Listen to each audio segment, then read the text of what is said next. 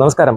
ഞാനെന്നുള്ളത് ക്യൂൻസ്ലാൻഡിലെ ജലവിഭവ വകുപ്പ് കൈകാര്യം ചെയ്യുന്ന മന്ത്രി മിസ്റ്റർ ഗ്ലെൻ ബുച്ചറുടെ ഓഫീസിലാണ്. വളരെ സക്സസ്ഫുൾ ആയിട്ടുള്ള ഒരു പൊളിറ്റീഷ്യനാണ് അദ്ദേഹം.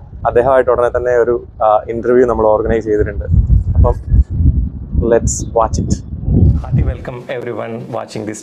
I'm so glad to introduce my guest today, a great politician, member of Queensland Legislative Assembly since 2015, Minister for Water, Manufacturing and Regional Development of Queensland since 2020. Hearty welcome, Hello, Honourable Johnson. Minister. Lovely to meet you. We really appreciate the courtesy. Let's begin from the past. Born in 1972 in Gladstone, tell us something about your childhood, schooling, your parents, your sibling. Yeah, no worries. So you just met I'm an identical twin. I've got a twin brother named Wayne, who's also lives in Gladstone here with us, and he's a sergeant of police in the Gladstone region. So Okay. I often tell him I make the rules, you enforce them. So, but yeah, there's only two of us. So there's two kids that my parents had, Neville and Annette Butcher, and we were born here in the Gladstone Hospital, but spent most of our schooling life. So we left Gladstone when we were 5 years of age, and came back when we were 16. So basically moved to the Sunshine Coast. My parents own fish and chip shops, so I've been involved with fish and chip shops most of our life, and Wayne, of course, and then moved to Toowoomba, where my dad helped at Barbecues Galore up there, so a place that sells barbecues and heaters, particularly in Toowoomba, very cold, and then moved to Billawheeler, and then ended up back in Gladstone when we were 16. So I finished school in grade 11, so there's not too many politicians finish school in grade 11. But I wanted to get a trade, I wanted to go out and get a job, so my parents thought the best opportunity was in Gladstone to go to TAFE and learn a course and then get an apprenticeship. Great. From saying that, I'm pretty sure your parents must be the proudest parents. One son becoming the Minister of the State and the other one Police Commissioner. Is that Commissioner?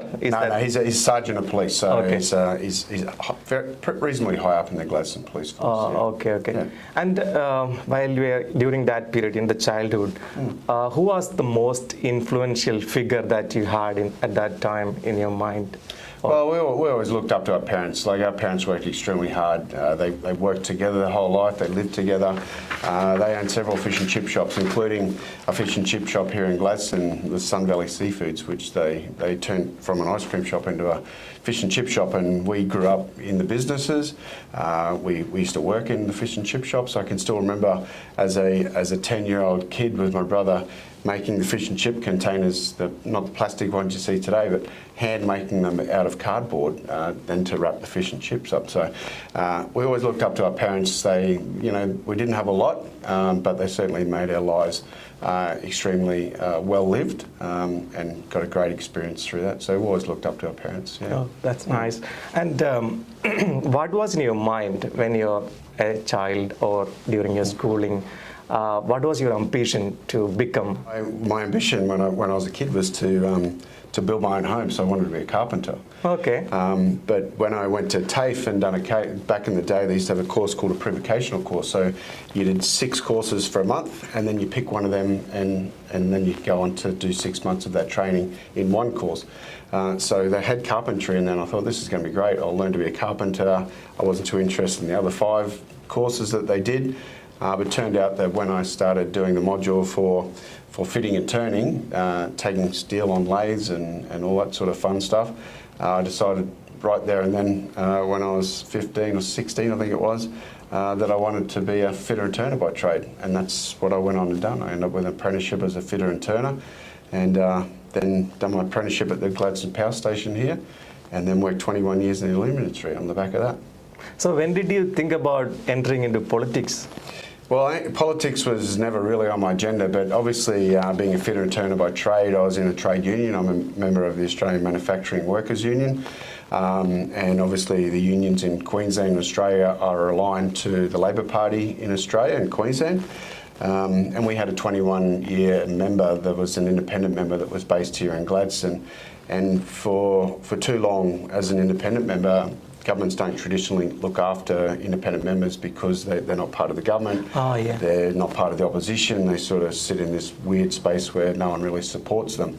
and that happened for 21 years here. So I was really concerned about, health services weren't going forward. There's no upgrades to any of the high schools or state schools for the children. The road networks were not being fixed properly. So I thought, well, someone needs to do something. And because I was a member of the Labor Party as well, I decided that I really should put my hand up and make a difference and be led by a government that could actually do something for Gladstone, and that's exactly what I did. Oh yeah. So you entered into politics, or the first contest was in 2012, right? Yep. And you had a failure with the incumbent MP. Yeah, well, it wasn't just my failure, it was the whole Labor Party. We went from being in government down to 7 seats in Queensland, which was unheard of. But when I ran in 2012, I actually held the Labor vote in Gladstone. So every other seat went backwards. Gladstone actually held, and we actually grew a little bit in the Labor vote. So it just showed and proved to me that the Labor values in Gladstone were still there. And Liz Cunningham was a very formidable opponent. Like she was very well known and had been in place for 18 years when I first ran. And then obviously, as I went for the job, I said I need to do 2 terms. For too long, the Labor Party in Gladstone had put a candidate up and then never run them again. But I made it clear that if I ran in 2012, I wanted to run again in 2015, and that's exactly what I did. Oh, but as per the history, in the next election you won, and in the upcoming elections you had majority increasing. Yeah. And now it is a safest seat for your party. So yeah, I'm currently the 2nd safest seat in Queensland, which is fantastic. Yeah. Gives me a good opportunity, to do a lot of the things not only for Gladstone but for the state. And I've also had the privilege in the last 4 years to be, as you said before, the Minister for Regional Development, Manufacturing, and Minister for Water, which is a great privilege. There's not too many people in Queensland or in Australia that get an opportunity to be the local MP, a Member of Parliament, but to be, one of the decision makers in Queensland in the Cabinet is an absolute privilege. And I think that we've been doing a really good job with now new Premier Stephen Miles and former Premier Anastasia Palaszczuk to really make Queensland a place to be. And you can see after COVID what's happened with Queensland. Our economy is absolutely booming here at the moment. We've got a $62 billion energy and jobs plan in the pipeline. We've got nearly a $90 billion big build happening in Queensland, where all of the other states in Australia are all cutting back on their builds and their investment in infrastructure. We're going the other way. We're investing big time. Gladstone plays a big part of that, particularly with our energy and renewables, and I'm proud to have been part of that, not only just here in Gladstone, but the move towards net zero here in Queensland as well. That's awesome. But my real question was, what was that little magic from 2012 that made you go up like this? Well, Liz Cunningham retired, so the independent member retired, which then, and it's been a Labor town. Like it's been I call it Labor and Liz. So it's traditionally a Labor town, a very industrial town, very unionised town, blue collar workers, and I'm one of them. As I said, I'm a fitter and turner. I played rugby league. I was a member of a union. I love this community. My brother's, is a policeman, so we're very well known. So I think once the independent member had retired, that just set a clear pathway for me to, let people know who I am and how serious I was. And by running the second time, I think people said, well, at least we know him, we know how keen he is to be the local member, and I think that played a big part in getting the success that I'm currently got now. So, being the Member of Parliament and also the Minister, you have the privilege to see what's happening in the Queensland from a height. You know what is happening. Yep. So, according to you, what is the most biggest challenge for your government at this stage?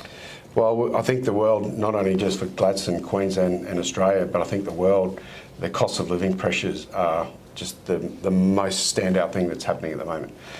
So we made a big decision at our recent budget that people were doing it tough, and cost of living was number one on everyone's minds that everyone knows, because obviously interest rates here in Australia have gone up Yes. significantly.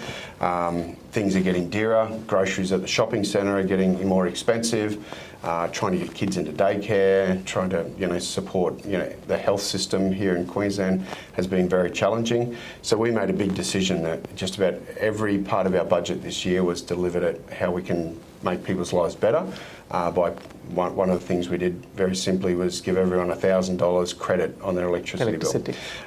What we've also done is I'm a big believer in Kids into Sport, is to give them a $200 voucher to get their kids to come and play sport. We've taken 20% off their regos so they don't have to pay the full cost of their registration for their vehicles. We give TAFE is now free here in Queensland, so anyone who wants to skill and learn can go and do a TAFE course and not have to pay for it. So these are the things that we felt the community wanted us to do, and that's exactly what we delivered in this budget. So sitting on top, we could see very, very clearly. Obviously there's other things that people have concerns about, health and roads and all the rest of it. But cost of living over the last 12 months has been just the number one by a long way, and that's why we listened and we delivered. Really great achievements, because being a common citizen, I know the cost of living and how much it is going to affecting my life. Correct. So thanks for that. Another issue I just wanted to mention, recently I hear news about the water pollution. Being a water minister, what is your take on that? So the info that you would have heard on the media and on state media was in relation to a report that was done in 2011. Okay. So for some reason they've dragged it out. Gladstone was mentioned for some reason, but it was about a thing called PFAS. It's polyfluoride, whatever. Yes, phosphorus content in the water. That's the one. So basically just about everything we do, products we use at home, in the bathroom and kitchen and everything, has PFAS in it. Eventually, in some of the products that were used over time, particularly by firefighting equipment and some of our defence forces, leached into the ground, and some of that gets into the groundwater. This report was done, as I said, in 2011. A lot of work's been done since then in relation to water quality. Okay. We don't have any problems with water quality here in Gladstone. All of our water comes from Awonga Dam, which is not affected by PFAS. Okay. Some of the areas that were affected by PFAS by bores and those things have been capped and finished. So we continue to monitor it. We have the safest drinking water in the world right here in Queensland. We continue to make sure that our water sources are monitored, and if there's any of these signs, we act on them very quickly. So I can say to all the people out there today, there's no problems with the drinking water in Queensland and particularly in Gladstone. That's a great news. It is. I'm sorry for not doing my research No, that's properly. okay. Yeah, no, that's but fine. I am really glad on that, because I was trying to get some new filter type for this phosphorus content. But that's a good news. Thank you so much for joining us and having this opportunity. No, thank you very much. Thank you so It's been much. an absolute pleasure. Thank you. Thank you. And one more thing, I wish you become the next premier or otherwise our prime minister. Oh, there you go. So that I can say that I have interviewed Mr. You Glenn interviewed Butcher and before- now he's the prime minister. Before he got up there. No, it's I'm very happy doing what I'm doing.